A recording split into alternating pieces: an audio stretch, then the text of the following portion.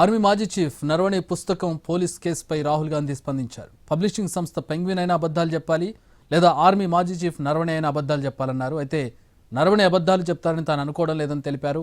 తన పుస్తకం కొనాలంటూ ఆర్మీ మాజీ చీఫ్ నరవణే ఎక్స్ వేదిక ద్వారా విజ్ఞప్తి చేశారని చెప్పారు. That says, hello friends, my book is available now. Just follow the link. Happy reading. Jai Hind. This is a tweet that Mr. Naravane has made. You can look into the tweet. So the point I'm making is, either Mr. Naravane is lying, and I believe the army chief. Okay, I don't think he will lie, or Penguin is lying. Somebody needs to. Both cannot be telling the truth. Penguin is saying something. They're saying the book is not being published. Right? The book is available on Amazon. General Naravane has tweeted, as I just read to you, Manoj Naravane ji. It's a tweet that says, hello friends, my book is available now. Just follow the link. Happy reading. Jai Hind. This is a tweet that Mr. Naravane has made. You can look into the tweet. So the point I'm making is, either Mr. Naravane is lying, and I believe the army chief. Okay, I don't think he will lie, or Penguin is lying. Rahul Gandhi response కి సంబంధించి నరవణే పుస్తకం మీద వివాదానికి సంబంధించి మా ఢిల్లీ ప్రతినిధి ప్రసాద్ మరిన్ని వివరాలు అందిస్తారు. ప్రసాద్, ఆర్మీ మాజీ చీఫ్ నరవానే రాసిన పుస్తకంపై ఇంకా వివాద ప్రకంపనలు కొనసాగుతూనే ఉన్నాయి. గత వారం మొత్తం కూడా లోక్సభ సమావేశాలు పూర్తిగా తుడిచిపెట్టుకుపోయాయి. దీనికి సంబంధించి పబ్లిషింగ్ సంస్థ పెంగ్విన్ నిన్న ఒక ప్రకటన చేయడం జరిగింది. నరవానే ఆర్మీ మాజీ చీఫ్ నరవానే రాసిన పుస్తకం పోస్ట్ ఆఫ్ డెస్టినీ అనే పుస్తకాన్ని ఇంతవరకు పబ్లిష్ కాలేదు.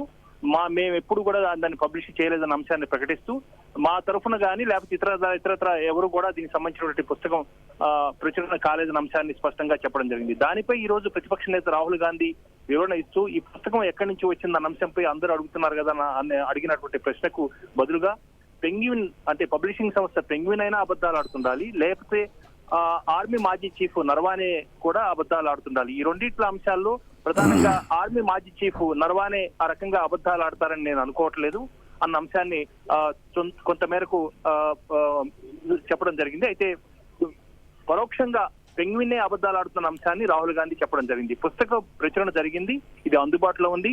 ఆన్లైన్ లో నా పుస్తకాన్ని కొనాలని చెప్పి ఆర్మీ మాజీ చీఫ్ నరవానే కూడా ట్వీట్ చేయడం జరిగింది ఎక్స్ వేదిక ద్వారా.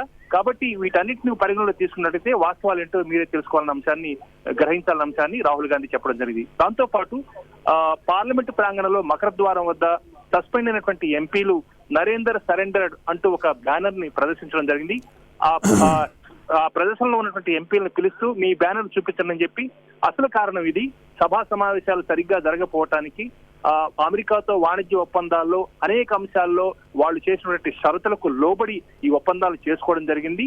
దీన్ని సభలో ప్రశ్నిస్తానని చెప్పి భయంతోనే ప్రభుత్వం ఈ రకంగా సభా సమావేశాలు జరగకుండా వాయిదా వేస్తుంది.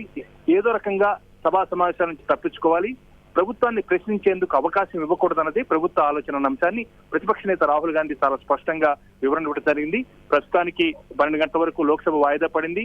ఇంకా ఈ పుస్తకం నరవానే రాసిన పుస్తకంపై వివాదాలు కొనసాగుతూనే ఉన్నాయి. ఈ ప్రకంపనలు ఈ తొలి బడ్జెట్ సమావేశాలు కూడా కొనసాగే అవకాశం ఉంది. ఎట్టి పరిస్థితుల్లోనూ సభా సమావేశాలు జరిగేందుకు ప్రతిపక్షాలు మాత్రం అంగీకరించట్లేదు. All right, thanks for the updates.